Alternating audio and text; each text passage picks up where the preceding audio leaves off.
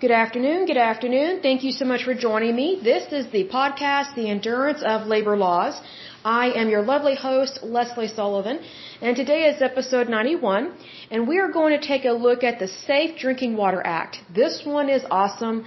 I think it's great. I'm very impressed with it. I think we will very much enjoy this one. It really warms my heart to see good ones like this. It's really good.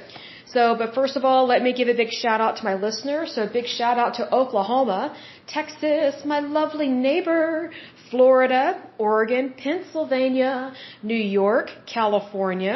In terms of countries, the United States, Canada, Slovakia, the Netherlands, and Russia is listing in. So good to see all you guys. I love my listeners. You guys very much warm my heart, and I pray for each and every single one of you. So it's good to see these different regions on the map. So let's go ahead and get started on this puppy.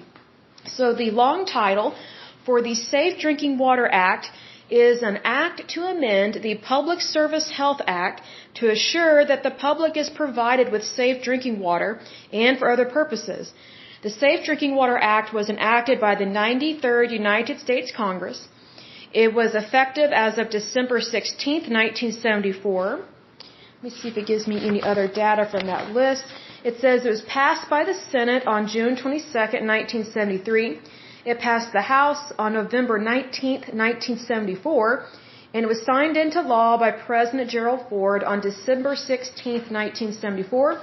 Now, the major amendments that have been added to this act is the Safe Drinking Water Act Amendment of 1986 and then the Safe Drinking Water Act Amendment of 1996, so 10 years apart there.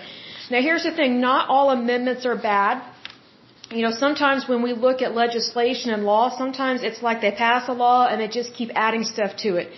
And sometimes that stuff does irritate me. But in terms of the Safe Drinking Water Act, usually when this stuff is environmentally based, it's actually a good thing to see these amendments be passed later in time, like added to it, because there are things that we learn as time goes by, and so there are things that we need to address as a society to make sure that things are continuing to be safe.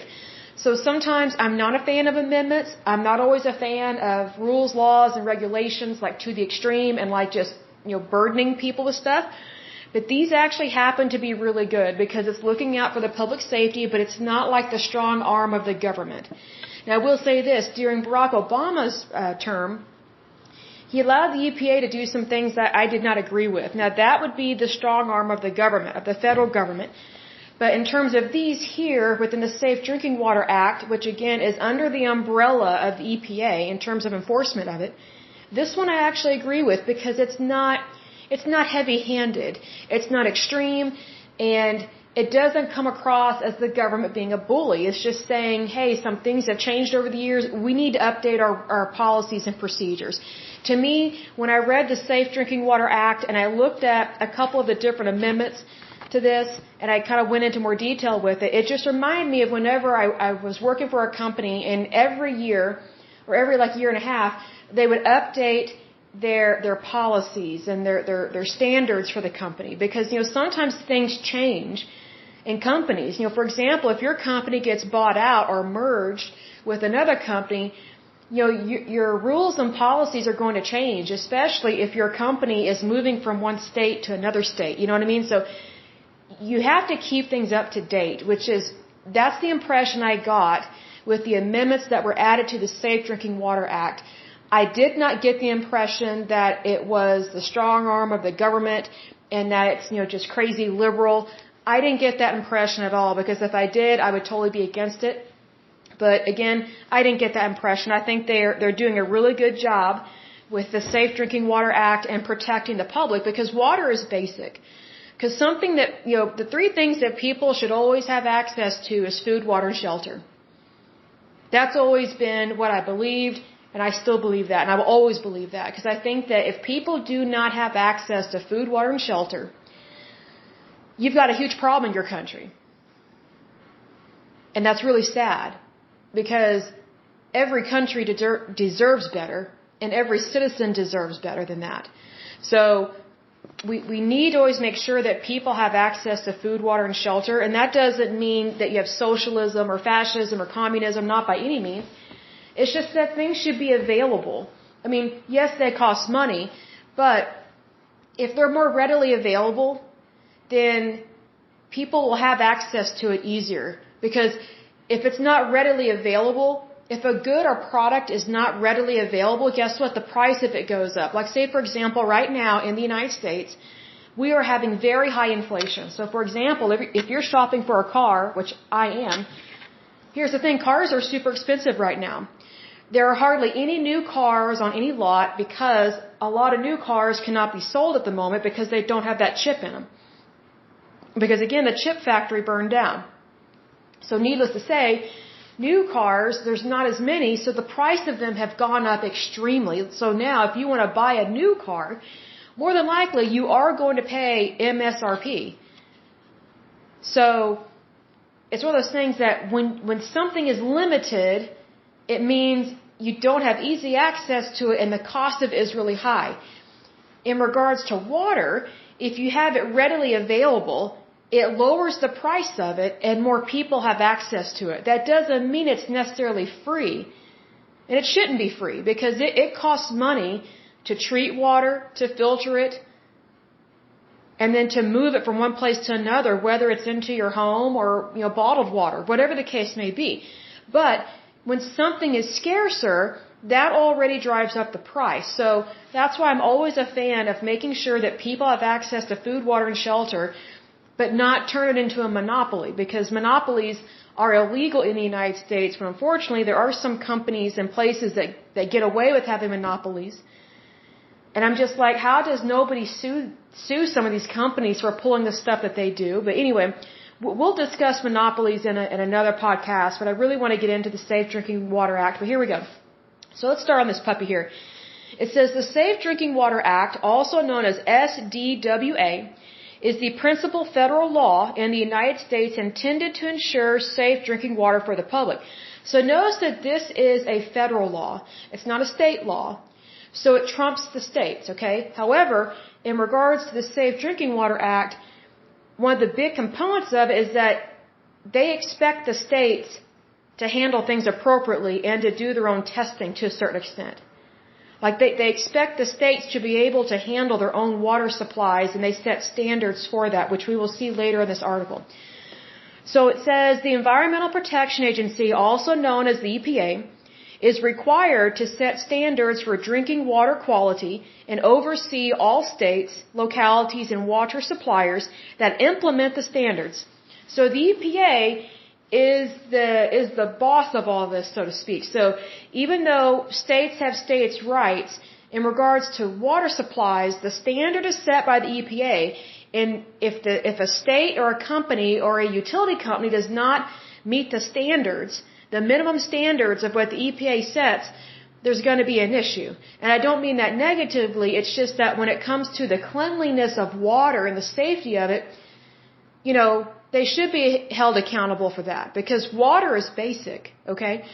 So, going on, it says, the Safe Drinking Water Act applies to every public water system, and public water systems are also known as PWS in the United States.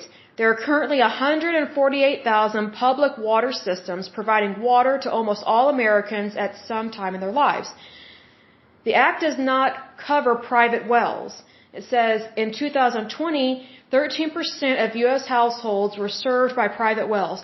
Now that may not seem like a lot, but it actually is, because here in Oklahoma, I can speak from experience on this, there are a lot of people that live on well water out here in Oklahoma, especially if you live out in the sticks. That's what we call the country. Like when you live outside of the city and you're outside of town.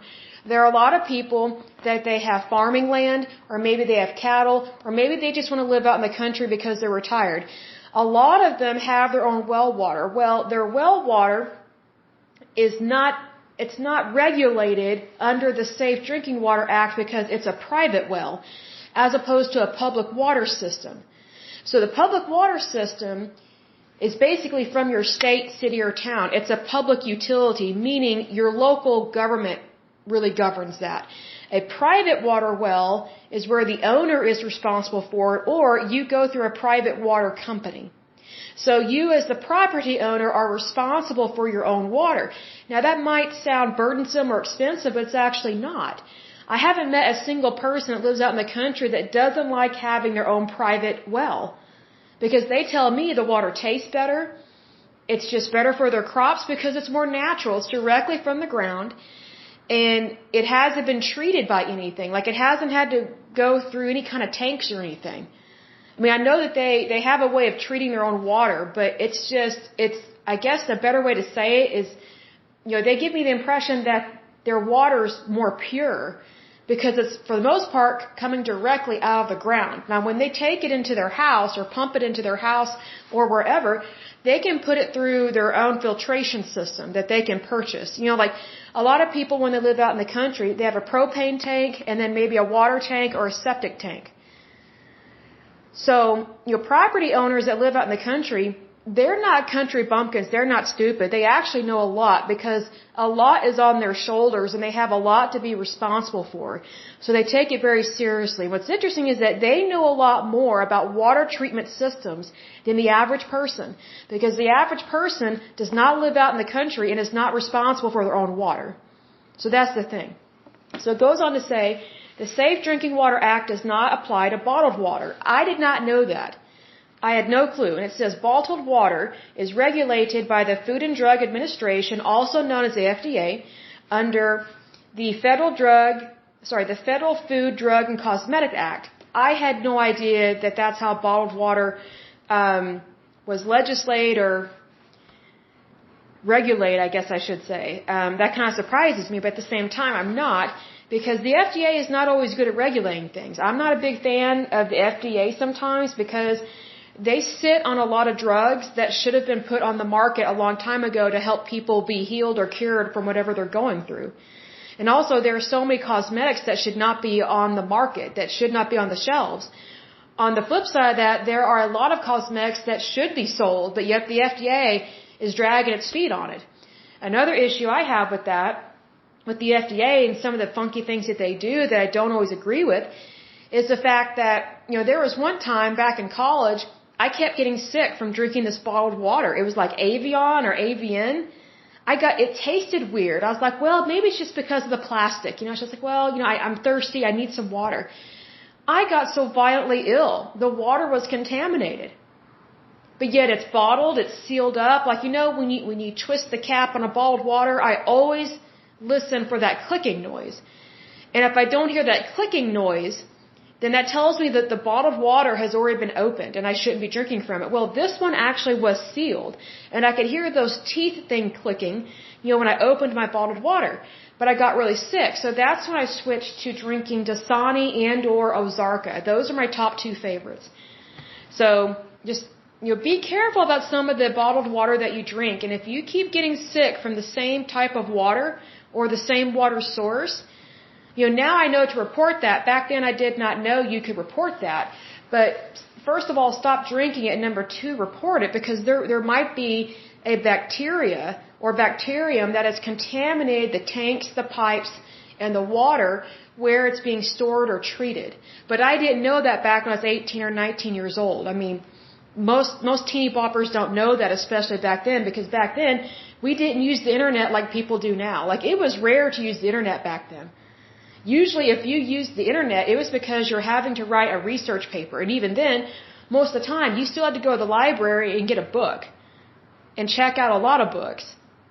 So, things have changed over the years. Like information is way more readily available as opposed to back in the day. So for sure, things have changed. So it says here, the Safe Drinking Water Act requires the EPA to establish National Primary Drinking Water Regulations, also known as NPDWR, for contaminants that may cause adverse public health effects. Hence, me getting sick from that bottled water. So there was probably a bacterium in that. So that's not good. It says here, federal drinking water standards are organized into 6 groups: microorganisms, disinfectants, disinfection byproducts, inorganic chemicals, organic chemicals, and radionuclides. Under microorganisms, it says the EPA also requires 2 microorganism-related tests to indicate water quality. and it's called plate count and turbidity. So that's actually really good that they test for those things because, I'm not saying we take drinking water for granted, but back in the day, clean drinking water, even around the turn of the century, like in the early 1900s or 1800s, clean drinking water was a luxury. And back then, before they actually bottled water, you had to boil everything. That was really the only way to disinfect your water was to boil it. That's why if you go to a museum where it talks about the turn of the century and it talks about like what cooks or chefs had to do in the kitchen, especially like the servants of the house, one of the main jobs of the servants was to boil large amounts of water. So that's why they have these huge pots that you and I probably don't use. But a lot of these pots, like the larger they are, especially for back then, it was mostly for boiling water so they could have clean drinking water, because without boiling it, they could not drink it. Another example of this is the Puritans. Now, the Puritans were a religious group of people. They were not bad. They were kind of extreme in their religion, but, that's just kind of how religion is sometimes. But the Puritans were from Great Britain, and they left Great Britain to escape religious persecution and to be free. So they came to the United States. We were not the United States just yet, I would say. So they came to the United States, and I'll double check my facts on that, like when they landed here, because there's the Puritans and then the Mayflower, and then there was the French and Indian War, and there was other things going on. So I will get you the dates on that because I can't think of it off the top of my head. But when the Puritans came here, they were not ignorant. Even though, they didn't have cars or they didn't have laboratories, what you have to remember is that for every generation, they were modern for their time. So when the Puritans landed here, they were very much aware and educated that the water was not clean. Like they knew contaminated water when they saw it and when they smelled it or tasted it. So one of the things the Puritans did was they drank a lot of beer. Even children drank beer, but they did not get intoxicated. Here's the thing. Think about how beer is processed, how it's made. It's fermented, it's cooked, it's heated, it's cooled, whatever the case may be. But they knew that it was not contaminated, because they did not want to take the risk of getting sick. Because even though germ theory didn't come out till way later, they knew about germs. I mean, all you have to do is go back in time and look at the Black Death and look at Europe. They knew when people could spread germs, like if they saw the boils or they saw someone getting sick, they knew to stay away from sick people. So they may not have had the word germ, and I'll look that up to see when the actual word germ was invented to describe, like what a spore is, or like if you sneeze and the bacteria that's in your saliva gets put into the air, those are germs. Here's the thing, people were not stupid. They knew they did not want to get sick, and they knew what could make them sick. It's just they may not have always known the name, because it's not like they had a bunch of microscopes in a laboratory and say, hey, let me test this water. Let me test it before we drink it. They didn't have that choice. They landed and had to set up home. Because if they did not go ahead and start setting up almost like a trading post kind of thing, I mean, they had to go ahead and start living their life. They couldn't go, wait a second, we got to do all this stuff first. We've got rules, policies, and procedures. They didn't have that. They didn't have a choice, because when they landed, there was nothing here but wide open land, really. They didn't land and there would be stores and shops over here. They landed on basically virgin soil. Like there were no places of business here. But they did know you have to be careful what you eat and what you drink. So just FYI, they knew that way back then. So this is nothing new. It's just now we know even more. But the reason why we know even more is because we learned from their knowledge and from what they wrote about it. Because all knowledge is power. So then in regards to disinfectants, the EPA has issued standards for chlorine, monochloramine, and chlorine dioxide. In regards to disinfection byproducts, the EPA has issued standards for bromate, chlorite, haloacetic acids, and trihalomethanes. In regards to inorganic chemicals, the EPA has issued standards for antimony, arsenic, asbestos, barium, beryllium, cadmium, chromium, copper, cyanide, fluoride, lead, mercury, nitrate, nitrite, selenium, and thallium. This next part is in regards to lead-free plumbing requirements. I didn't think we still had issues with lead, but I guess we have for some time, and I didn't realize it was this bad. Very much learned a lot about this, and it concerned me, but I'm glad that they identified this, because if you don't identify the problem, then you can't solve it. But here they did, and that's really good. It says here, the 1986 amendments, which was added to the Safe Drinking Water Act, the 1986 amendments required EPA to set standards limiting the concentration of lead in public water systems and defines lead-free pipes as, number one, solders and flux containing not more than 0.2% lead. Number two, pipes and pipe fittings containing not more than 8% lead. And number three, plumbing fittings and fixtures as defined in industry-developed voluntary standards issued no later than August 6, 1997, or standards developed by the EPA in lieu of voluntary standards. So basically, for some reason, we were still having a problem with lead not only being in the water, but being in the pipes.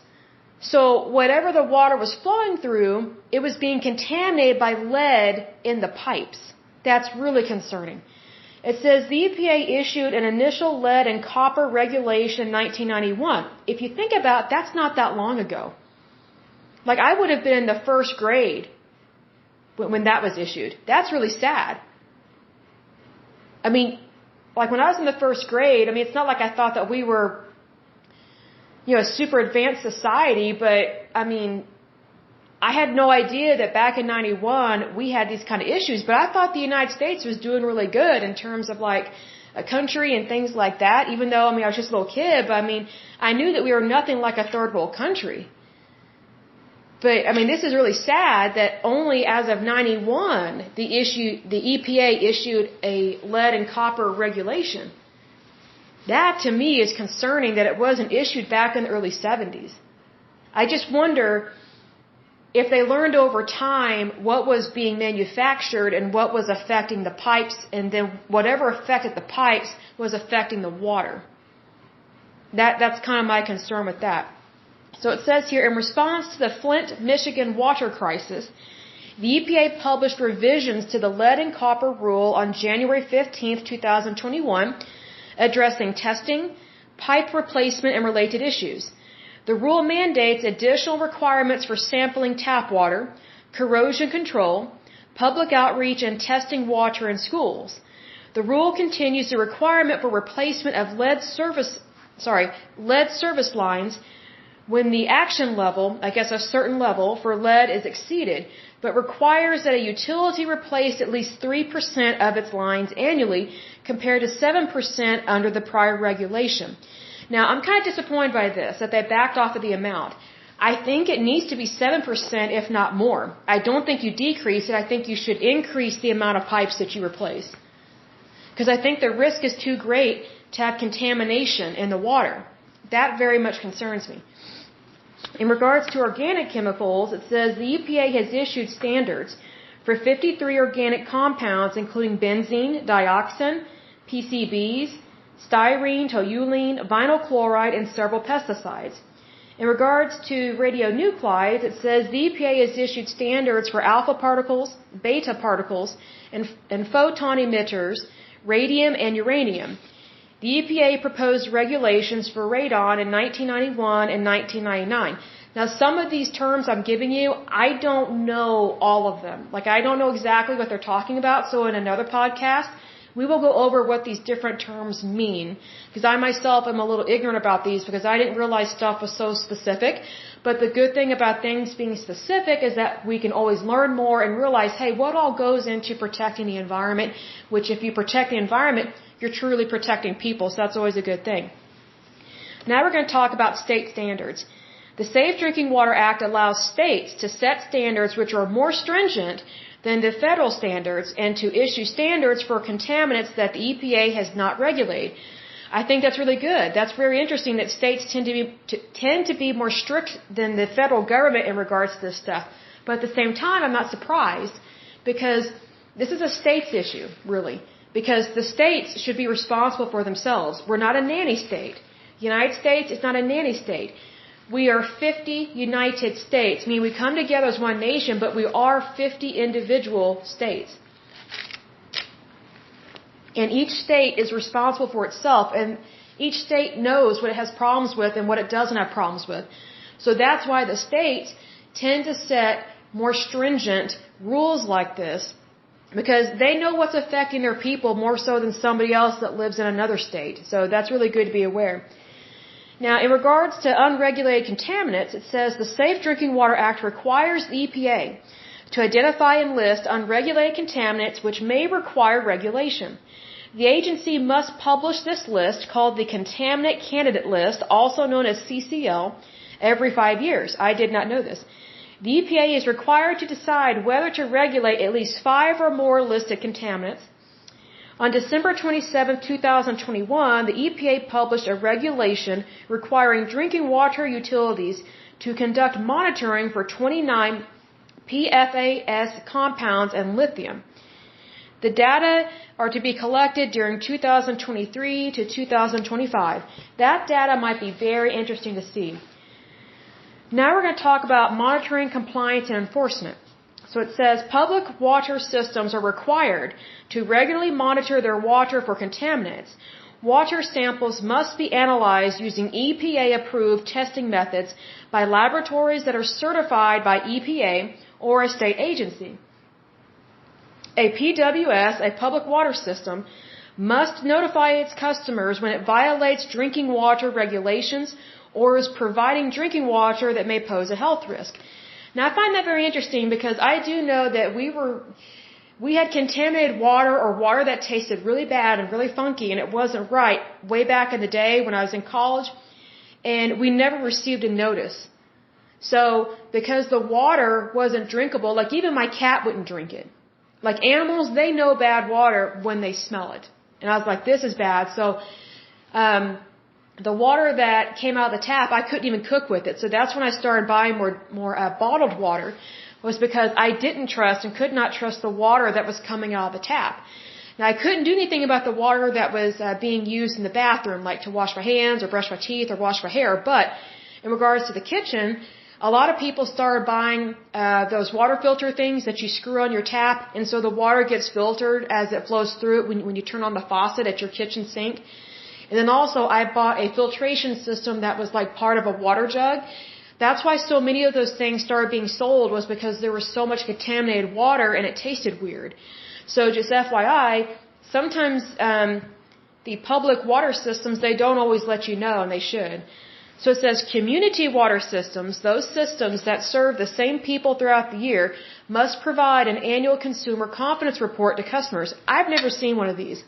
I'm 38 years old. I have never received one of these, and I find this kind of odd. It says the report identifies contaminants, if any, in the drinking water and explains the potential health impacts. Never received one, but I do know we've had contaminated water here in Oklahoma. I've gotten sick before. Okay, next section is protection of underground sources of drinking water. An underground source of drinking water, also abbreviated as USDW, means an aquifer with sufficient quality and quantity of groundwater to supply a public water system now or in the future. This next part is about underground injection control programs. The Safe Drinking Water Act prohibits any underground injection which endangers drinking water resources. The 1974 Safe Drinking Water Act authorized the EPA to regulate injection wells in order to protect underground sources of drinking water. The UIC permit system is organized into 6 classes of wells. Class 1, industrial waste, hazardous and non-hazardous, and municipal wastewater disposal wells. Class 2, oil and gas related injection wells, except wells solely used for production. Later we will talk about hydraulic fracturing. Class 3 is solution mining wells.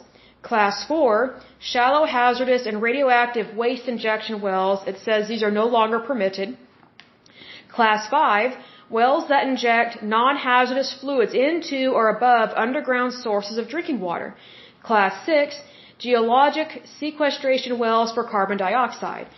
Now, this next section is about hydraulic fracturing exemption, okay?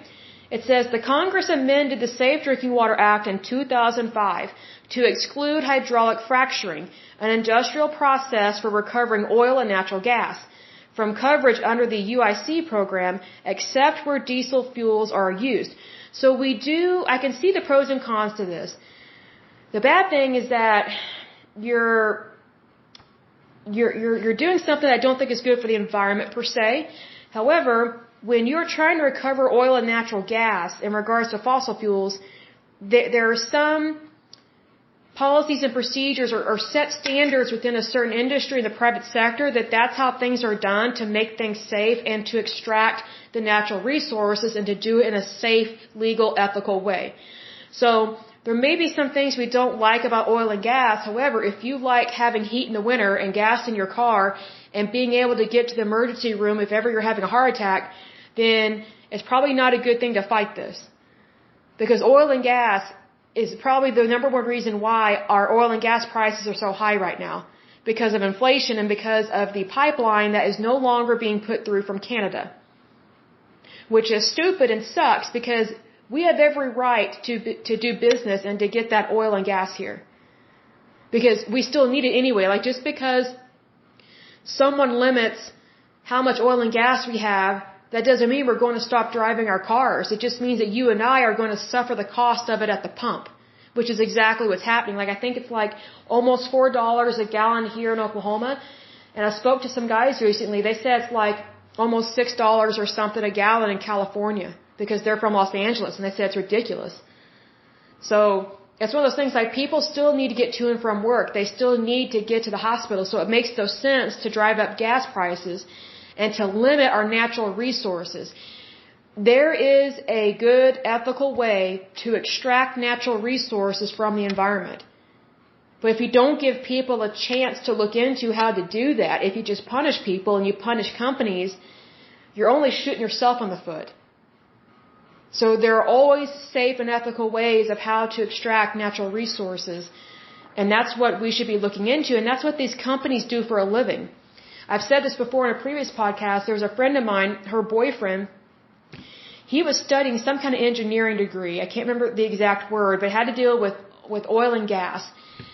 And, they go through so many classes on to protect the environment. So for all these people that shame and blame oil and gas companies, you need to go back to school and or actually go to college and look at the engineering field.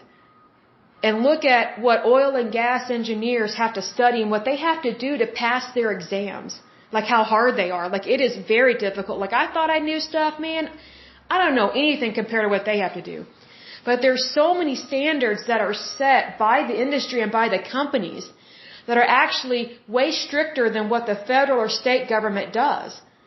Because these companies know that if they hurt or harm the environment, first of all, that's unethical and it's immoral, but it also proposes a safety risk to the employees that are there at the site and also to anybody that lives within that area. So, I cannot think of a single oil and gas company that doesn't care about people and doesn't care about how it handles the environment.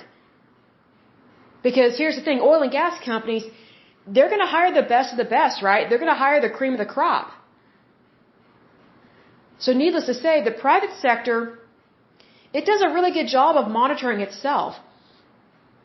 So for sure, give people the benefit of the doubt. Like, here's the thing. Unless you suspect something, you should never, let me put it this way. We should never shame and blame people anyway. But you should really never question somebody unless there's something there that is questionable. Because if all you ever do is questioning someone about something, and yet there's no evidence to it, like you're just causing problems. You're just being a muckraker. Like give people a chance to do their job, do it well. Most people are good and kind people. And that's a wonderful thing. So it goes on to say the Act requires states to establish wellhead protection programs to protect underground sources of drinking water. Wellhead protection programs must specify the duties of agencies, determine the wellhead protection areas, identify sources of contaminants, implement control measures to protect the wellhead protection areas, and a contingency plan for alternative drinking water supplies in the event of contamination. The next part we're going to talk about was kind of creepy to me. It's about airline water supplies. So it says in 2004, the EPA tested drinking water quality on commercial aircraft and found that 15%, which is a lot, 15% of tested aircraft water systems tested positive for a certain type of bacteria. The EPA published a final regulation for aircraft public water systems in 2009. The regulation requires air carriers operating in the United States to conduct sampling for this bacteria, management practices, corrective action, public notification, operator training, and reporting and record keeping. An airline with a non-complying aircraft must restrict public access to the onboard water system for a specified period. Now here's the thing. I don't know if you've ever watched this show. It's called Why Planes Crash or Mayday. I forget. I bet it's the same show because they change the name every so often. But yeah, I used to have a fear of flying in large jets. And the way that I forced myself to get over it, and I would not recommend this because I regret doing this, but the way that I got over it was I forced myself to watch every episode of Mayday or Why Planes Crash. And it was like 36 to 42 hours of planes crashing.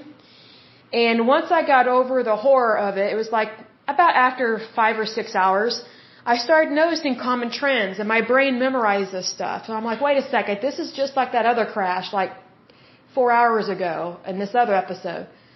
So I started noticing some issues. One of the number one things that disappointed me, first of all, loss of life, is always a concern. Let me get a drink here. Loss of life is always truly sad and tragic. What really disappointed me in regards to the airline companies is that quite a few crashes could have been completely avoided. And the crashes that really disappointed me were the ones where maintenance had spoken up about some faulty parts or bad record keeping or bad reporting records or bad reporting practices, but upper management did not want to hear about, and they said, you need to get those people on that plane because the longer the plane is grounded, the more money we lose. So if we're having to rely on an airline industry that's how they behave sometimes, then why would I trust them to do the right thing in regards to water treatment systems or water systems on their airline? So, kudos to the EPA for testing their drinking water. I think that's wonderful. I would have never thought to test it there. When I think of testing drinking water, I think of like testing streams and rivers and the ocean and things like that. It never dawned on me to think of airlines, but now I would say, hey, we should probably also test cruise liners. Because if ever you've got a bunch of people in the same spot and you have to deal with possibly a bacteria outbreak, it would be on a cruise ship. So, I'm very thankful that the EPA did that research and said, hey, if you can't get this cleaned up, we've got a problem. This is one of the few times I'm siding with the EPA because this is a safety issue. When it comes to safety, that's not political. It's about valuing human life. Because when you value human life, you're not looking at it from either being Democrat or Republican.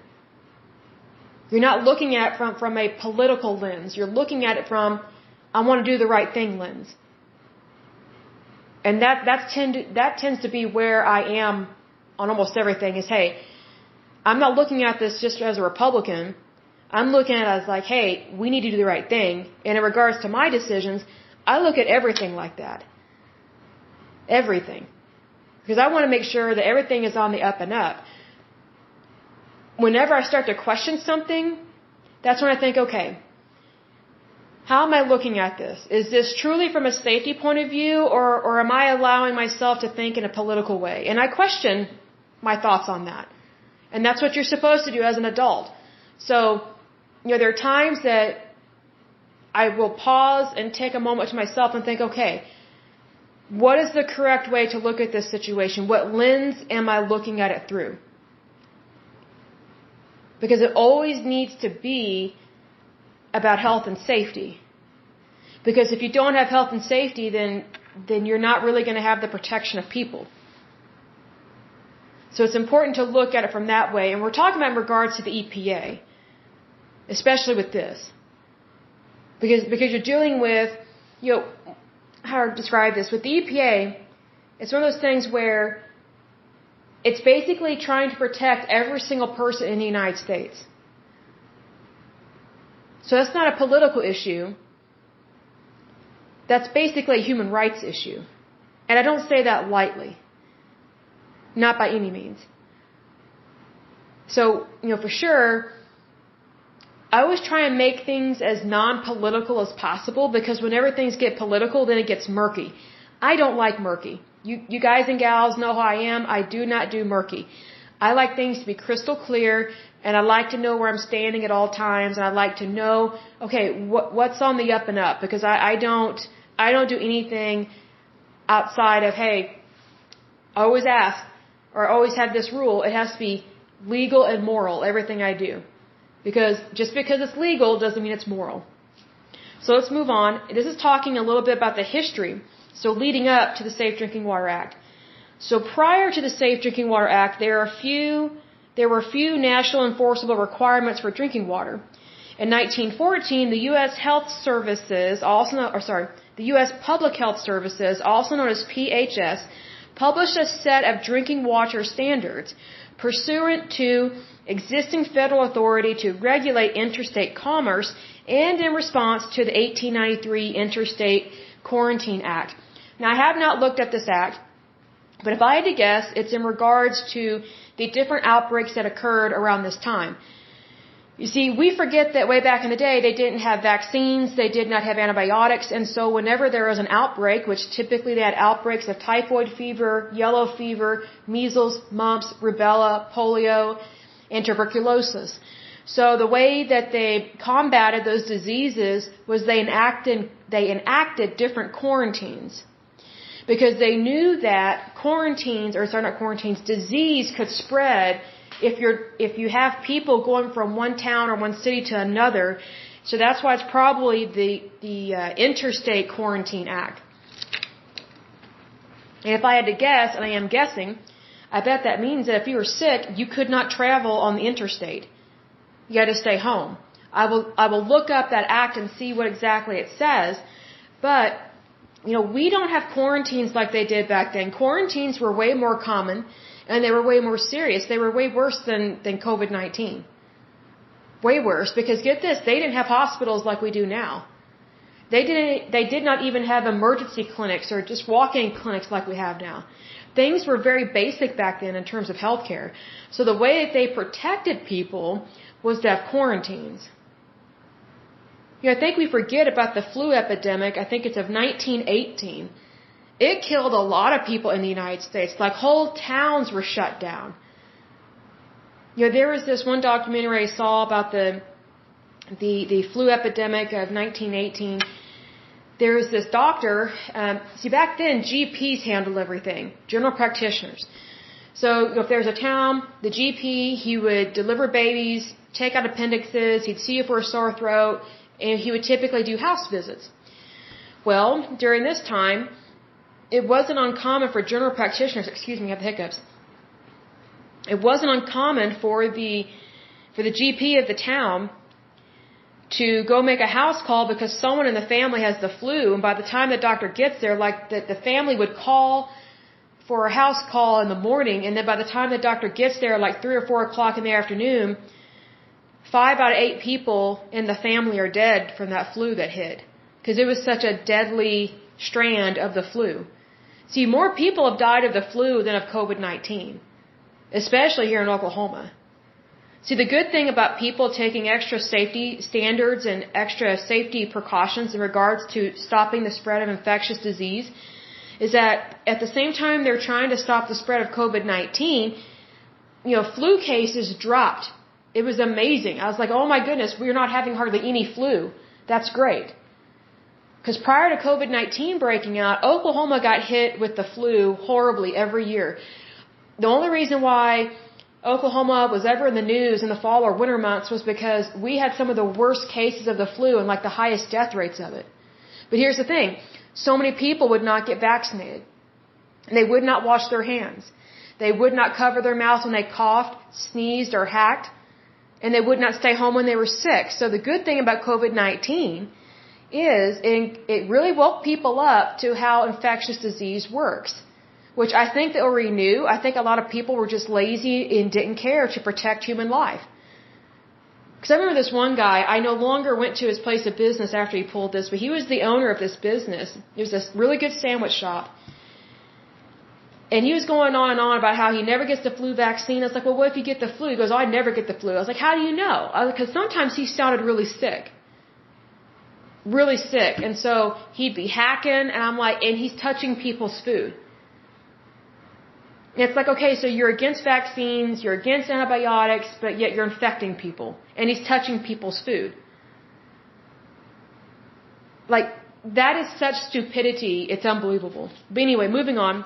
It says, improvements in chemical testing methods in the 1970s, particularly for synthetic organic chemicals, allowed for the detection of smaller concentrations of contaminants.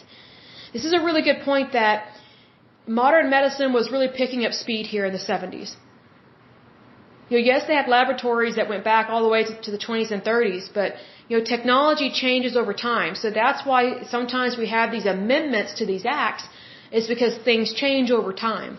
So there's nothing wrong with that. In regards to the 1974 Act, it says, the EPA was mandated to contract with the National Academy of Sciences, also known as NAS, for a major study of contaminants in drinking water that might have health significance and to issue revised regulations once the NAS report was completed. I have never heard of the National Academy of Sciences, but I will definitely take a look at, because if they're helping the EPA, I say by all means help them, because they may have more access to data that the EPA does not. So we need to count our blessings. This next section is briefly about the 1986 amendments.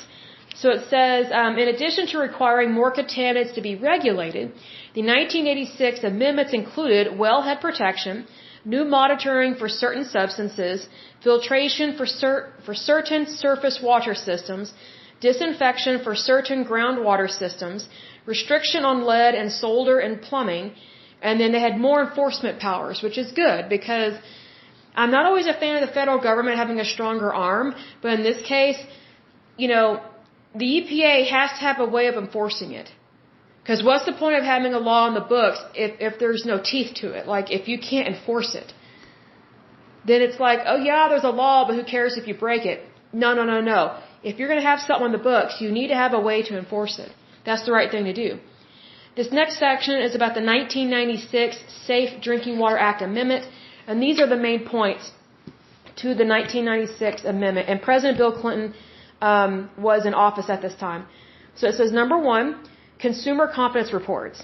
All community water systems must prepare and distribute annual reports about the water they provide, including information on detected contaminants, possible health effects, and the water sources for the system. I have never seen one of those reports. Never. And I was in the 6th grade when this passed or whatever, and obviously living with my parents at that time, I've never seen that. And even as an adult, I have never received a consumer confidence report. Never. Number 2, cost-benefit analysis. The EPA must conduct a thorough cost-benefit analysis for every new standard to determine whether the benefits of a drinking water standard justify the cost. That's really good, because one of the bad habits the EPA or the federal government and or the state has a problem with is sometimes they do things that are not cost-effective, and it just makes it worse. So it's important to realize that, there are industries in the private sector that do things really well, but sometimes the federal government will try and intervene and make it so impossible to run a business or to make a profit or to employ people that, the company suffers or people are not able to get the goods that they're paying for. I mean, it's really interesting how the federal government will sometimes over-intervene. So it's good to see that they're doing a cost-benefit analysis. Number 3, drinking water state revolving fund. I'm kind of concerned about this one. It says states can use this fund to help water systems make infrastructure or management improvements or to help systems assess and protect their source water. Here's the thing. Some states are notorious for not managing their budgets very well, so then they rely on these revolving funds of tax dollars to make up for the money that they're wasting elsewhere and not being fiscally responsible for. So I don't think we should have a drinking water state revolving fund. I think each state needs to be responsible for itself and to be held accountable for the taxes that they are collecting. Otherwise, it's just viewed as a slush fund. Number 4 is the microbial contaminants and disinfection byproducts. It says the EPA is required to strengthen protection for microbial contaminants, including this one I can't pronounce, while strengthening control over the byproducts of chemical disinfection. The EPA promulgated on Stage 1 disinfectants and disinfection byproducts rule and the interim enhanced surface water treatment rule to address these risks. So it's good that they're taking it seriously. I just kind of wish they tested for more stuff. What I think they should do is they should work in conjunction with infectious disease control. Because there are so many diseases that are infectious that are actually in drinking water. So it's like if you don't know what's in the water, then you need to test it. Like for example, it's like what I was talking about before in a previous podcast where I said, there are families of diseases, right? So like for example, how do I word this? Like you have pneumonia, which pneumonia is not in water, but I'm just saying like, we know that pneumonia is a certain bacterium and belongs to a certain family, right? Well, here's the thing. If you don't know that there is pneumonia, then you're not going to know what to test for. However, if you know there is pneumonia in people, but you don't test them for pneumonia, then how can you treat them if they do have pneumonia? You see what I mean?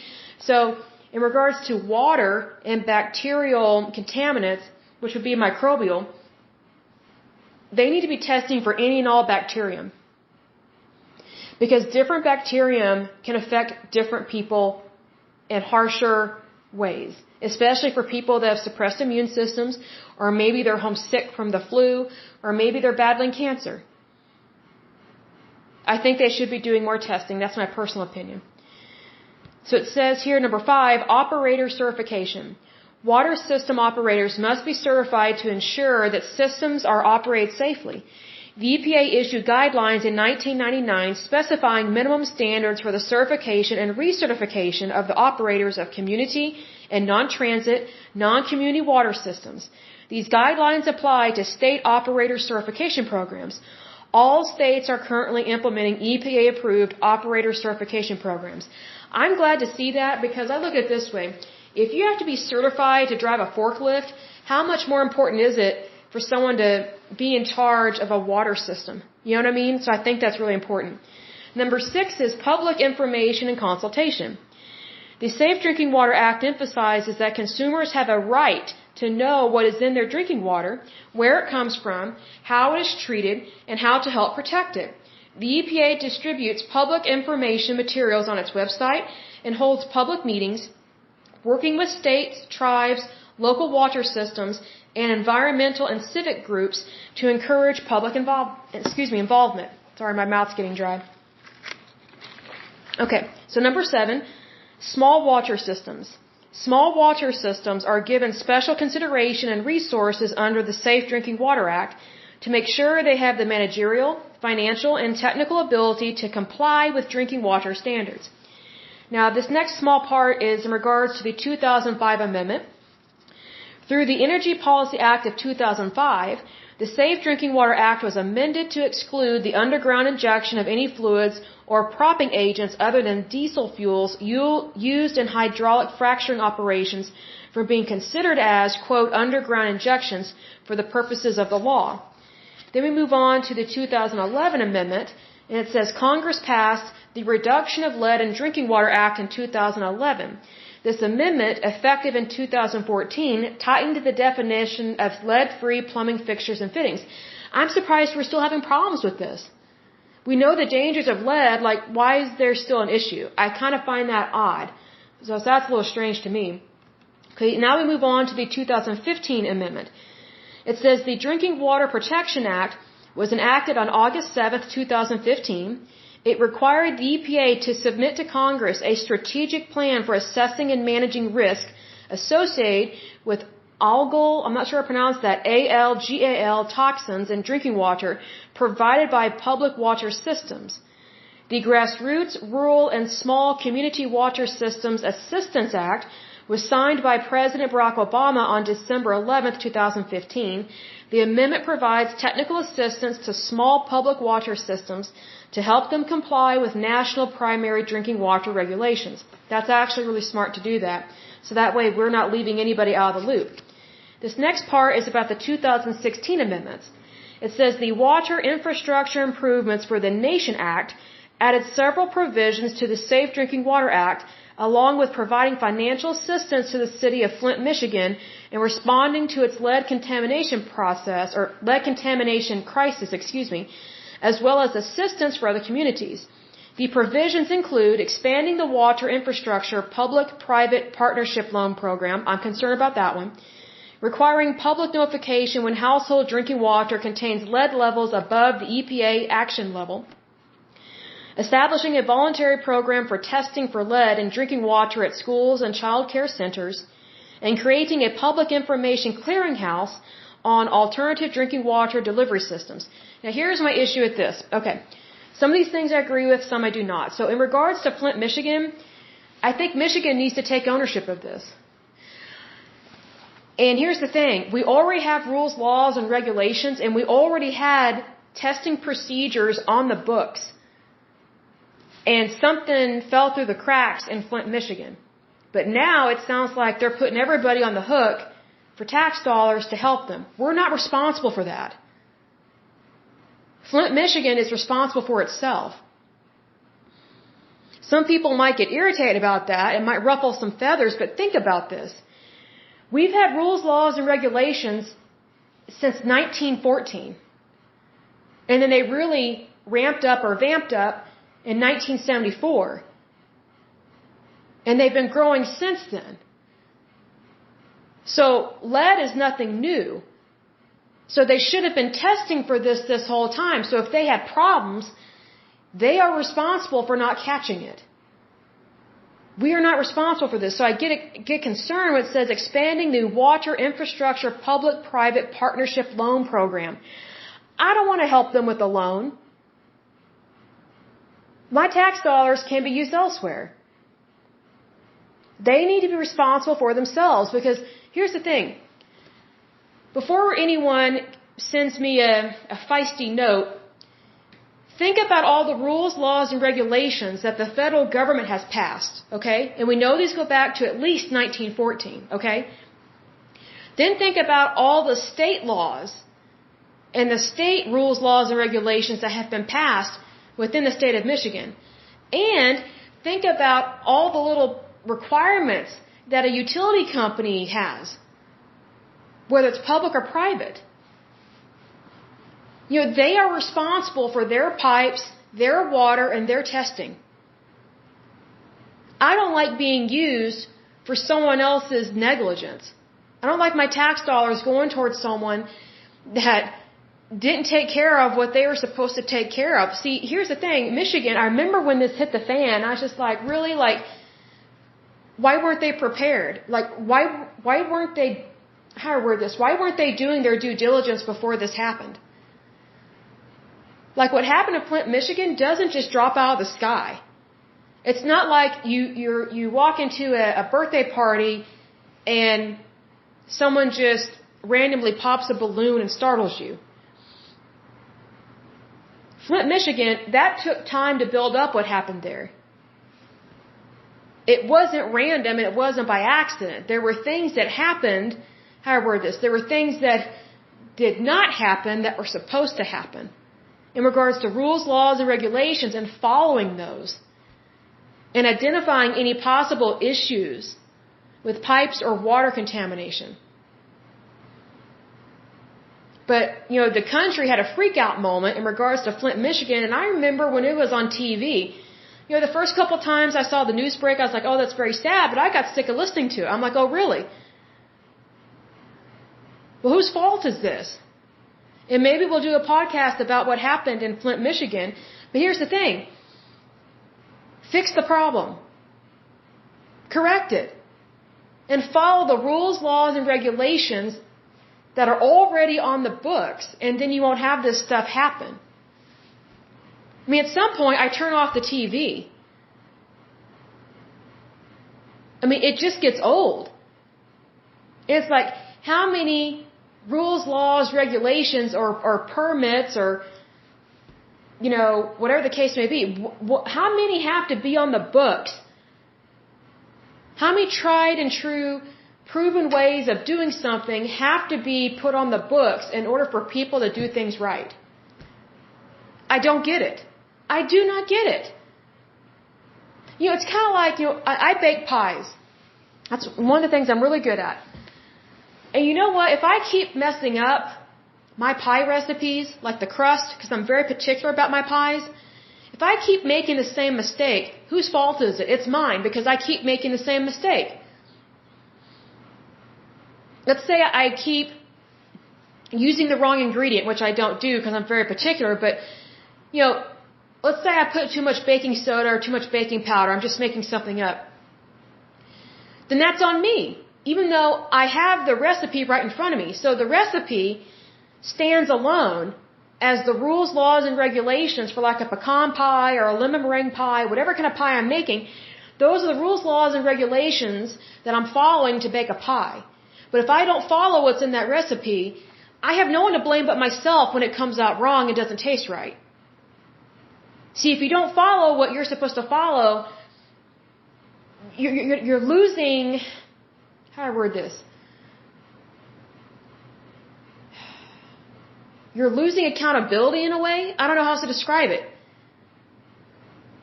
Like, just do what you're supposed to do. I don't get it. Why would you deviate from something that you're supposed to do? I just do not understand that. And I'll say this. The cooks or chefs that irritate me are people that don't follow a recipe and they just make it up as they go along. Because let me tell you this, people that make it up as they go along do not like being held accountable for the mistakes that they make, and they make excuses as, well, I didn't know. That's not an excuse. You should have known. You should have followed the recipe. You should have bought the right ingredients. You should have made sure they weren't expired. Like, the whole point of having a guideline to follow, whether it's a recipe for a pie or how to handle a public water system, is that you follow what's on the books. And if something's not right on the books, then you bring it up at a meeting and you say, hey, we can make this better. Let's do something better. Let's improve this. But if you're not even following what's already there to help protect you, then it's like, what were you thinking? I remember a bunch of people sending a bunch of bottled water to Flint, Michigan, and I'm just like, that could have been avoided. Flint, Michigan went through a crisis for nothing. That's the thing, and people suffered. That stuff is serious. I just remember watching it on TV, and I just thought, what is going on? I mean, I don't work for a water treatment plant or anything like that, but I'm just like, I thought it was odd. I really did. I thought it was odd. I got sick of hearing about it. I'm like, okay, what are they doing to fix it? I just wanted to hear about what do they plan on doing, how much is it going to cost, and are they getting it done? And then now that I'm reading this stuff about the partnership loan program, that kind of concerns me that we, the taxpayer, especially at a federal level, we might be put on the hook for them for a while. And I don't like that. I don't like that at all. Because what's interesting is that, states love money. They really do. And here's the thing. Whatever federal monies a state starts to receive, it's very difficult to get them to say no. No, we don't need the federal money anymore. We want to be responsible. We want to be fiscally and financially responsible for ourselves. Do you have any idea how many states never say that? So not only are states collecting money state taxes, but now they could also be receiving, I'm going to stand up because my legs are getting fidgety. So not only are they receiving state funds through taxes, but now they're also receiving funds via the federal government. And that's not right.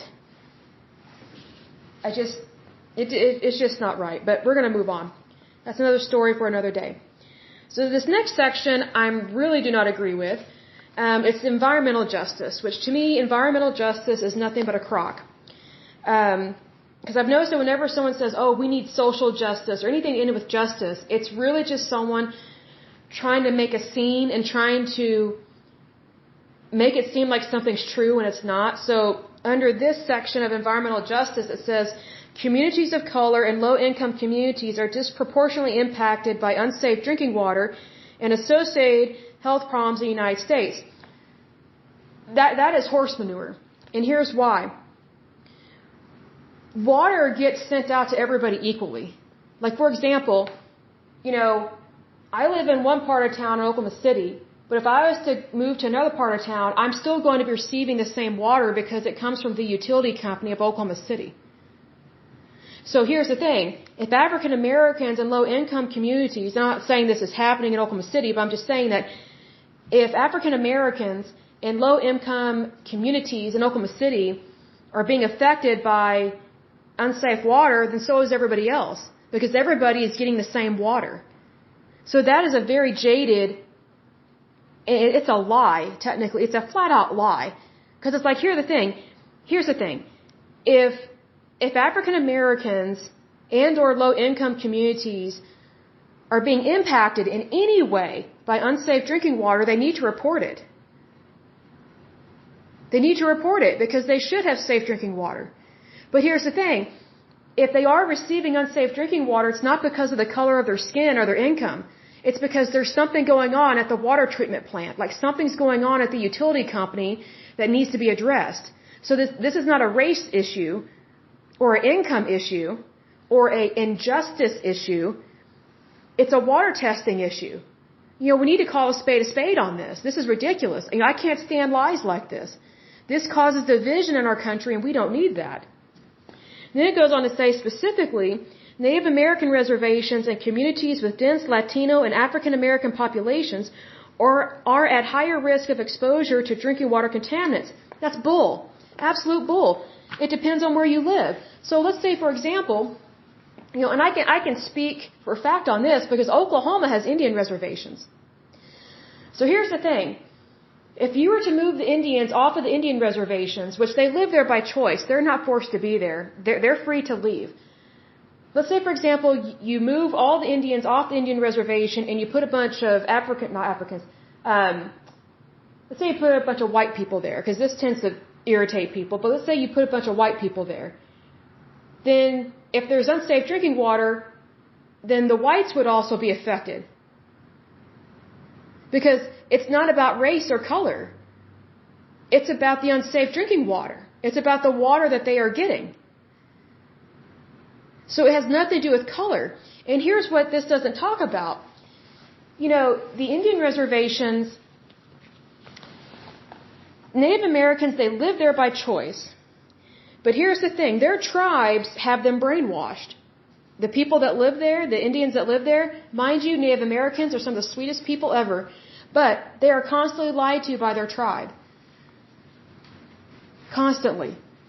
And here's the thing. I don't know if Indian reservations, if they receive their water from the city or if they purchase it. Or if they have their own well water, kind of like private wells. I just don't know. But here's the thing. If the Indians are in charge of their own water, then they are responsible for their own drinking water. It's not the rest of us. But if they are receiving water from like a public water system, and if it's contaminated or if their health is being at risk because of something, then they need to report that to the public water system. That's not a race issue. Again, that is a water testing issue. And here's another thing in regards to the Indian reservations. Like, for example, I was working at a car dealership several years ago. This was way back in the day. And one of my customers was a Native American. He was a really nice guy. I was in my 20s. He was in his 40s, and he brought in a couple of his kids. He wanted to trade in his current vehicle for a new vehicle, and here's the thing. He didn't have a clue that he didn't actually own his vehicle. He did not know that his tribe had put his vehicle in their name, not his name. So what the tribe does, and this happens in several tribes, several Native American tribes, this is nothing new, but it is greed. It is a big problem. So what Native American tribes do is they make it seem like they care about their people. And so what they do is instead of allowing their people to own private property, whether a vehicle or a house, they put all of the property, all the private property, whether it's a house, a car, a truck, SUV, a boat, they put it all in the name of the tribe. So the chief and anybody that the chief favors are the ones that really control all the private property. Well, guess what? Hardly any of these Native Americans know that they actually don't own anything. They're not accruing any good credit or equity. So then when they go to sell their home or they go to trade in their vehicle, they're always in shock that they don't actually own any private property. They own nothing. So the tribe keeps them poor. That happens all the time. And you might say, well, Lesley, there's casinos. Yeah, they're very corrupt. They make a lot of money, but it does not go to their people. It only stays at the higher ups within the Indian tribe. You know, the chief and whoever he or she decides to have money. There's so much corruption within Indian tribes, it's insane. It's ridiculous. And it happens all the time, but no one talks about because it's like, oh, we can't talk about anyone with a different skin color or we can't talk about the Native Americans. I'm like, yes, we can. Like, if we're going to call a spade, then we have to be honest about this stuff.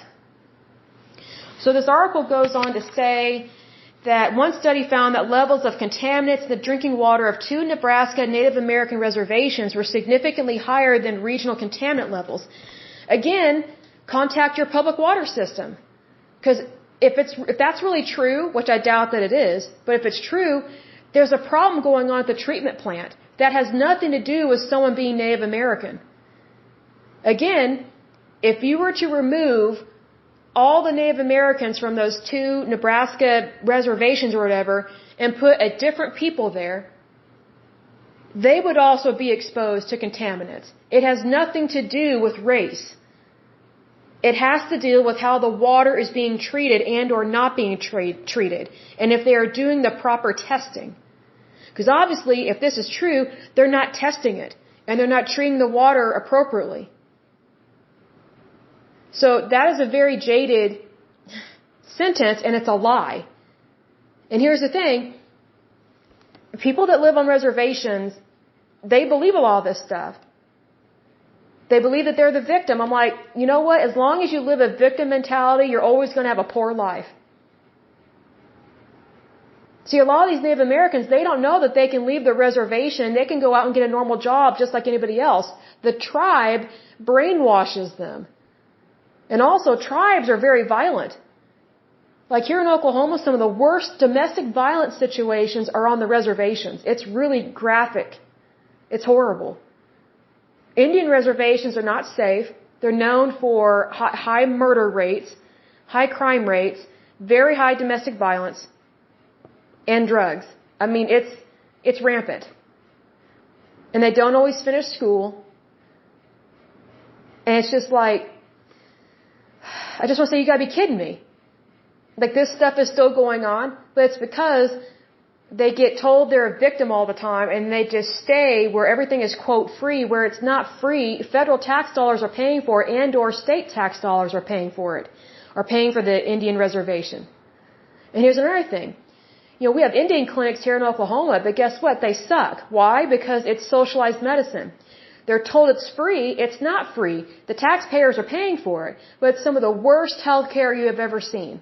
But here's the thing. They're told that that's free, but then they won't go out and go get better health care. They won't go out and get a better job. They won't go out and finish school. As long as someone lives a victim mentality, they will always be poor, broke, and not sure what to do with their lives. They need to break free from that. They are no longer being forced to live on a reservation. They are free. They are technically citizens of the United States. But here's one mistake that Oklahoma made. I can't speak for other states, but one mistake, well, possibly the federal government did this. I need to look this up. But either the state of Oklahoma or the federal government legalized it for Native American tribes to have their own governing power. So, for example, in Oklahoma, when you go to one of our casinos, if you win a lot of money, you better be careful about when you're walking to your car, because there could be some Native Americans waiting for you in the parking lot that will jump you and beat you and possibly kill you for that money. And here's the thing. If you call 911, 911 people are not coming to you because 911 police officers from the state or county, they don't have jurisdiction on Native American land. They have their own police. And their police are notorious for being corrupt and violent. They don't care about you if you want a bunch of money. They don't think you deserve to win money. See, because they fall into that victim mentality trap. Like, I knew a guy that got beat up on an Indian reservation, or not Indian reservation, a casino. He had won a lot of money, and he would go to the casino all the time. And guess what? Someone beat him up while he was walking to his car, almost killed him. It was horrible. And that happens all the time. But here's the thing, again, if you call 911, your local authorities have no jurisdiction on that land because it's tribal land. So you better hope and pray that they call the tribal police. But here's the thing, the tribal police don't give a hoot about you because you're not Native American. And that has been a big problem in Oklahoma, a big problem. No one likes to talk about it except for the victims are like, hey, be careful, don't go to that casino for a while. They've got some problems on their property. They'll let you in, but then they jump you in the parking lot. So just FYI, it's not safe.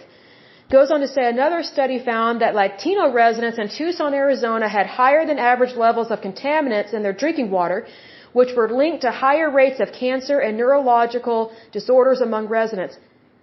That is not true. Here's the thing. If Latino residents in Tucson, Arizona are having higher than average levels of contaminants in drinking water, then so is everybody else. It has nothing to do with skin color. And you need to report that to your public water system.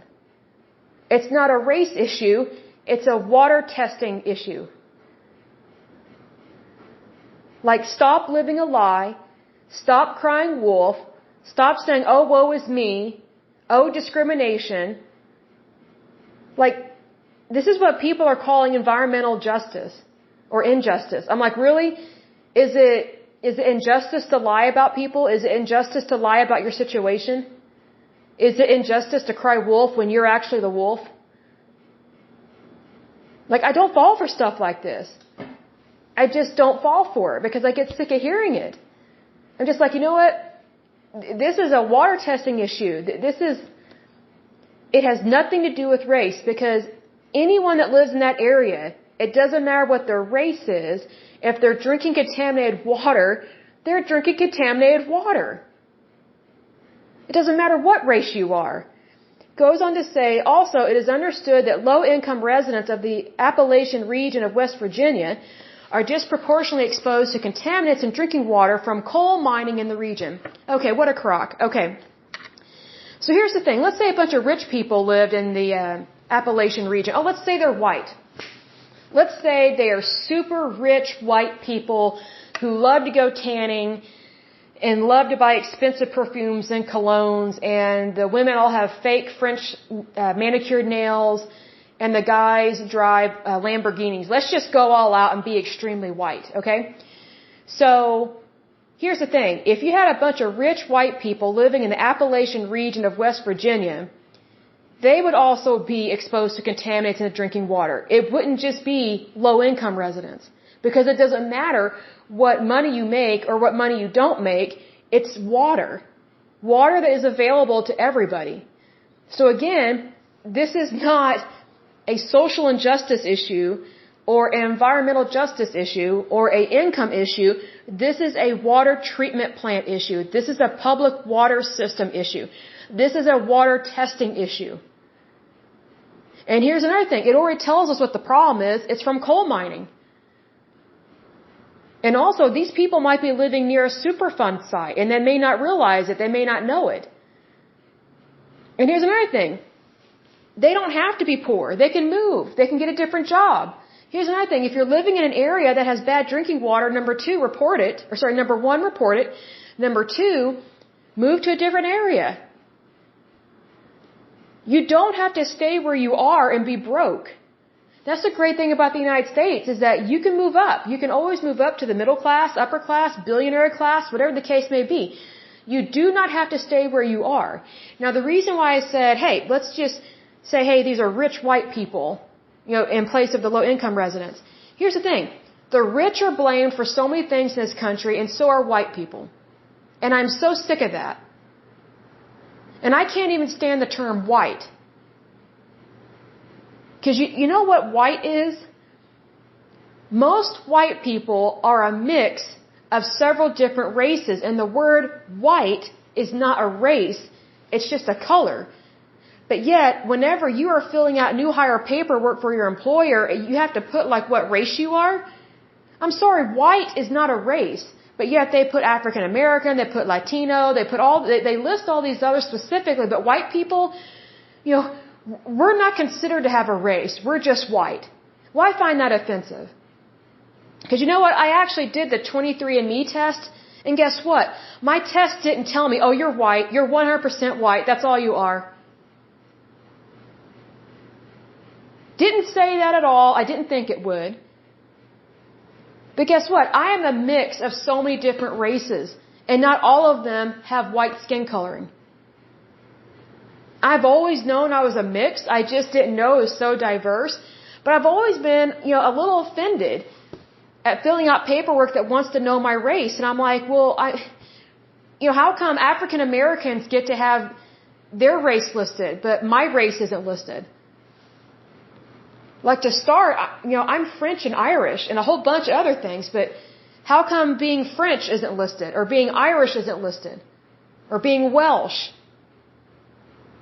Or being Danish, or being a Swede, or being Russian, or Ukrainian. But when it comes to white people, we're just viewed as, oh, you're just white.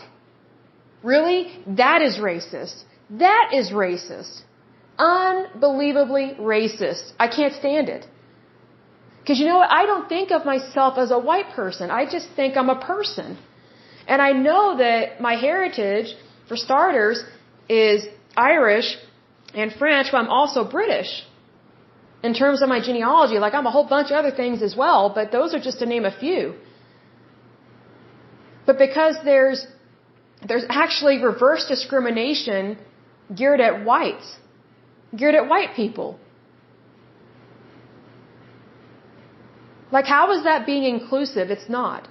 That is injustice, to be racist towards somebody. And to not even look at them as a whole person. Just go, oh, your color, oh, you're white, you're just white.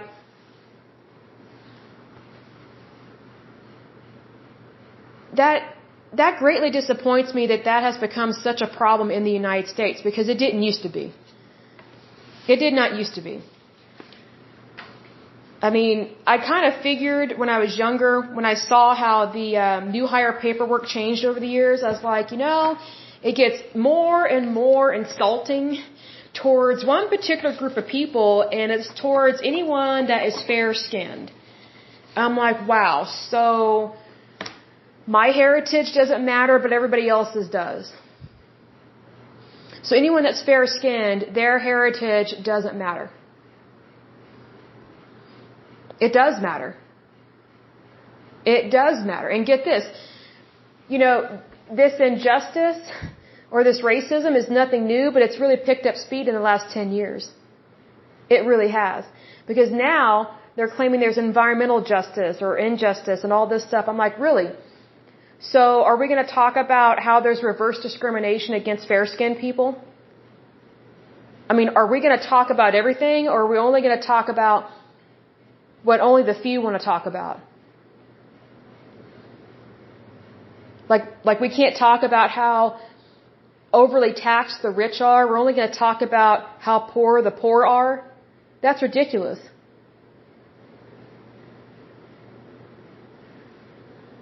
Being rich is not a crime. Being fair-skinned is not a crime.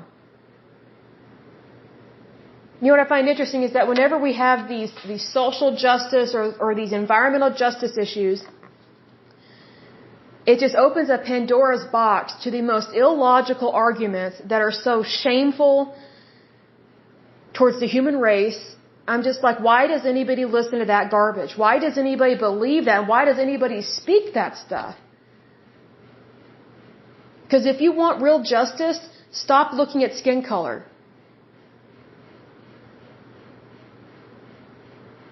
Like the only time I really notice someone's skin color is when they make it a point to talk to me about it. Because I'm looking at the person as a whole. Like I'm looking at the person as an entire individual. Like, I'm not just going, oh, they've got interesting skin color. Like I don't think that way. But what's interesting is that in our society right now, they've got, whites against blacks, whites against Latinos. I mean, you might as well just say whites against the entire planet, except for Europe. If that's the race card they're going to play. But guess what? That's not even a true statement. We're not against anybody. If anything, we get targeted all the time for stuff. And I'm just like, grow up. Get a day job. I mean, really. And here's the thing. I'll close with this. There's another new catchphrase out there called white privilege. I'm like, really? You think it's a privilege to be white? Because it really doesn't feel like one right now. Considering all the lies and the hate that fair-skinned people have to deal with. I mean, some people told me off online. I'm just like, wow, really? I mean, I just kind of shrug my shoulders and go, what has happened in our society? It's gotten so hateful, so divided.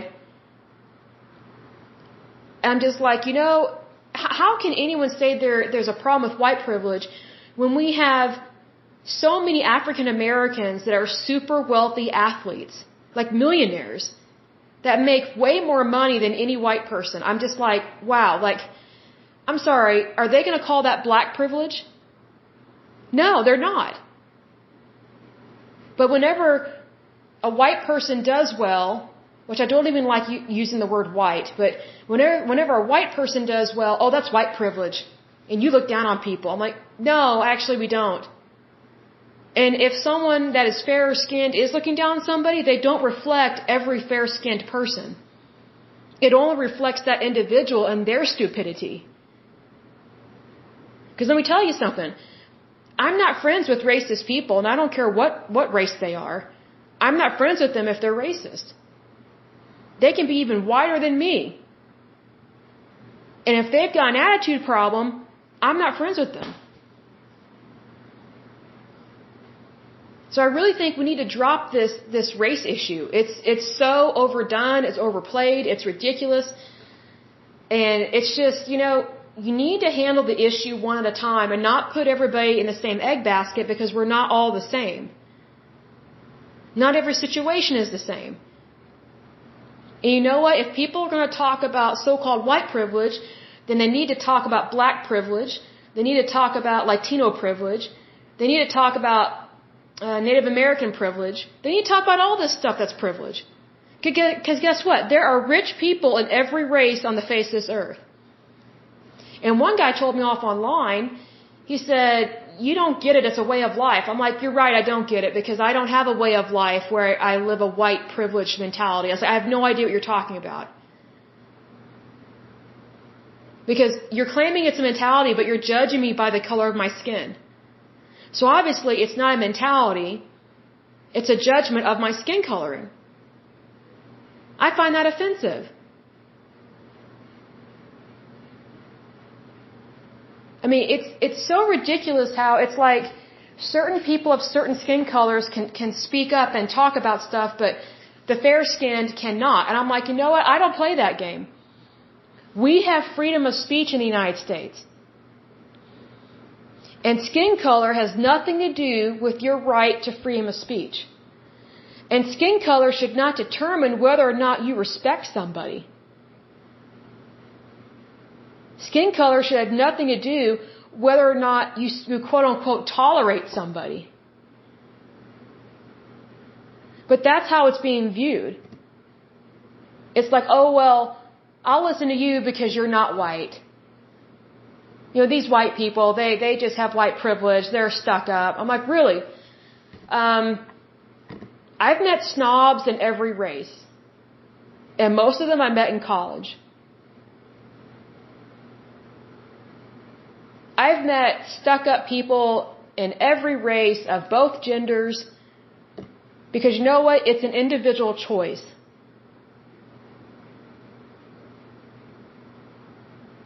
That's not a race issue. That's a character issue.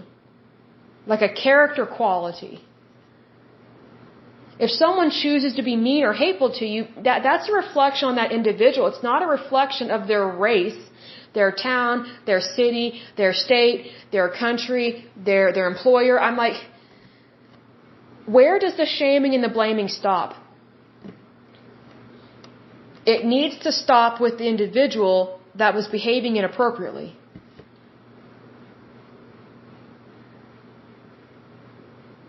That's how it should be. It should not be based on race, not by any means, or ethnicity, or whatever the word is.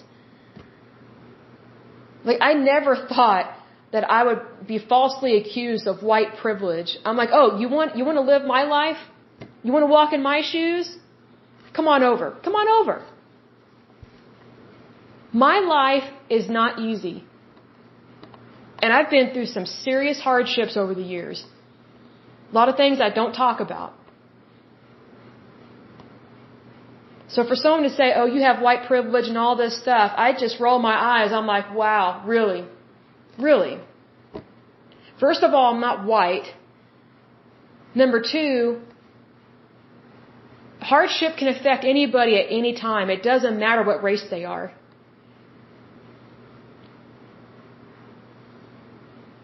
I mean, even people of my own skin color have been mean to me.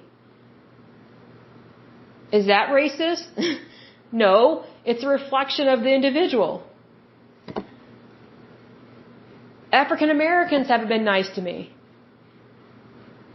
Does that mean all of them are bad? No, it just means that individual was not kind to me. There have been some Mexicans that have not been nice to me. Does that mean Mexicans are all bad? No. Actually, most Mexicans are really cool. They're really nice. And I've actually met some really cool business owners over the years that own their own business that are Mexican. They're wonderful people. But I don't think they're bad just because I came across a rude one in times past or whatever. Or let's say I meet someone from another state. Let's say I meet someone from New York, because New York is known for being kind of loudmouthish kind of thing. Do I think all New Yorkers are the same and all New Yorkers are rude? No.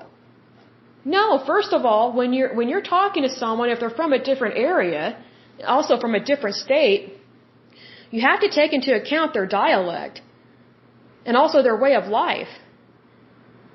Like, some people are just more naturally bombastic, but that doesn't mean they're mean. It just means how they talk. That's all. It's not meant to be insulting. It's not meant to be harsh. It's just, the New Yorker is the New Yorker. That's it. I mean, if they want to be mean, they can be mean, but most of the time they're pretty cool. They're not chill per se, but I mean, if anybody says it like it is, it's people that are born and raised from New York. But I'm saying that, like, if you really believe in tolerance, then I should be able to see it. I should be able to spot it.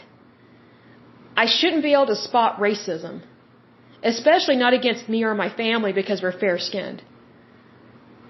That's why I don't buy into this whole social justice, environmental justice, horse manure, because it's always putting down the rich, making excuses for the poor.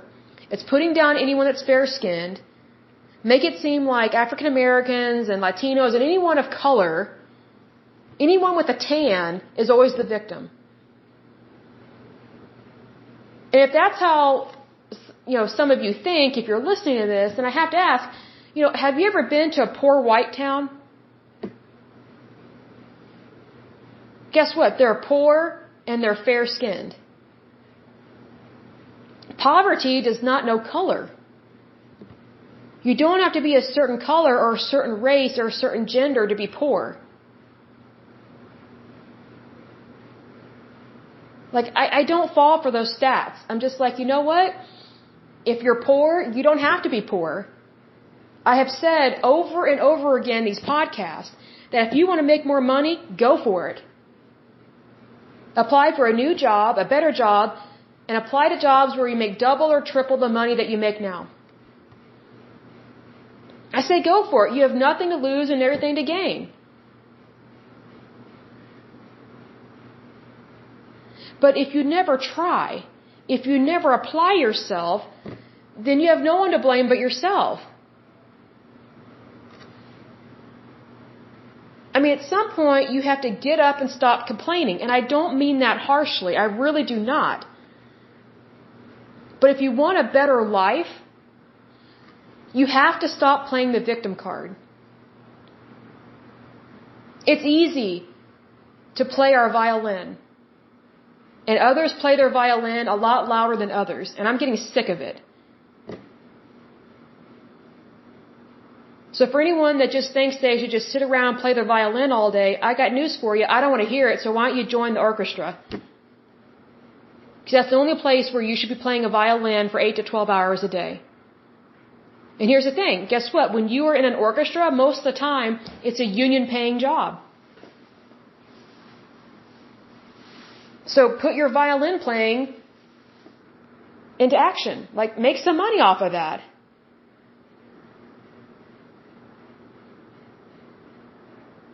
I always tell people, if you want a better life, go for it. You deserve it. You deserve a better life. Don't stop where you're at. Keep going till you get to the top. And even when you're at the top, keep going. Just keep going. A mentor of mine from years ago told me, Lesley, there's pie in the sky. I'd never heard that before, but when he said it, I understood it immediately. I got it, like instantly. Just got it like that. I was like, wow. I have been sabotaging my own career with this poverty mindset that I have been taught and raised in. And I didn't know or think that I was worth more than what I am. But also I didn't know my self-worth. I was actually worth a lot more, especially in terms of employment and what I'm worth in terms of salary. But when you start to look up as opposed to look down, your life will get better. And that's one of the things that I hope that whoever hears these podcasts, I hope that every day your life, first of all, is a blessing day, and every day it gets better. And that you never look back. You keep pushing forward no matter what. And I'm preaching to myself as much as I am to you. I have to take my own advice. Because sometimes I'll just say it, sometimes it's tough. I mean, here recently, I had to do business with a company that, wow, they showed their true colors. I was like, man, do I want to sue these people? And I'm seriously thinking about it. But I'm thinking about, okay, how do I got to get my case together, because you don't go into court not prepared, right? But here's the thing. I had prayed for a good business deal. It did not turn out to be a good business deal. However, I learned a lot. And even though I was stuck in a contract, we worked it out, but now I know what to do whenever I come across a company like that works in a particular industry and tries to pull a fast one like this again, because I'd never seen it before. It was news to me. It was brand new to me. I was like, wow, this is crafty and cruel. I could easily sit around my house and mope about it, but I chose to get up and go for a walk. And I even went to Sonic, even got my vehicle and went to Sonic and got a Dr. Pepper. I was like, I'm not going to let those losers get me down. Because I'm sorry. I'm not sorry, I should say this. When someone's a loser, they're a loser. When someone's a jerk, they're a loser. When they're corrupt, they're a loser because they don't even have the courage or the stamina to be honest and to have integrity whenever they're conducting business. So in those moments, I have to remind myself that I'm not the problem. I'm doing everything I can on my end. Everything is on the up and up. Everything I do is legal and moral. So being that I know that I do everything that is legal and moral, so when something doesn't go right, I know it's on the other person because I know who I am. And I know how I conduct myself in my business. So I've learned not to get hung up on weasels. Because weasels could care less whether you live or die. They just want to suck you dry of your money. But here's the thing. Don't ever be afraid to take someone to court. I'm not afraid to take them to court. I'm just getting my court case together is what I'm doing right now. Because I want to make sure that when I go to court, I cream them. And it's legal to do that. And it's also moral. That's another thing. If you're a Christian listening to this, if God be for you, who dare be against you? When you know you've been wronged, God will fight for you. He will win your case for you. Because I was thinking about when these people were being jerks to me, and they were from another state. They were being such weasels. It was unbelievable. I know that God saw everything. And that brought me joy, and that calmed my heart, because I was like, okay, I know I'm not the only one that is seeing this. My Heavenly Father is seeing this. He hates it. He can't stand it. So you know what? I don't need to be angry about it, because I can easily get angry about weasels. I know that about myself. But here's the thing. I just hate the behavior. I pray for the person, but I hate the behavior. But it really brought me peace in my heart to know that, you know what, if I'm aware of this going on, God's aware of it. And even more so, He's way more aware of what they're doing than I am. Because He knows everything and He sees everything. So don't ever throw God out of the picture. Don't ever forget that, hey, He sees everything and He's taking care of you. So if you've got any kind of problem in your life, go to God with it. Go to Him in prayer. I do it all the time. Multiple times a day. I kid you not. Because you know what? There's some days that are tougher than others. And I just go, wow, I never thought I'd have this happen. I was not expecting this. Sometimes people are so crafty, they sideswipe you in different situations, or they blindside you, whatever the case may be. And it's just like, wow, I was not expecting that. Sometimes it just takes me so aback, I just don't know what words to use. But when I go to court, I'm going to know exactly what words to use, that's for sure. But anyway, I will go ahead and end this podcast. But as usual, I pray that you're happy, healthy, and whole, that you have a wonderful week and a wonderful day. Thank you so much. God bless. Love you.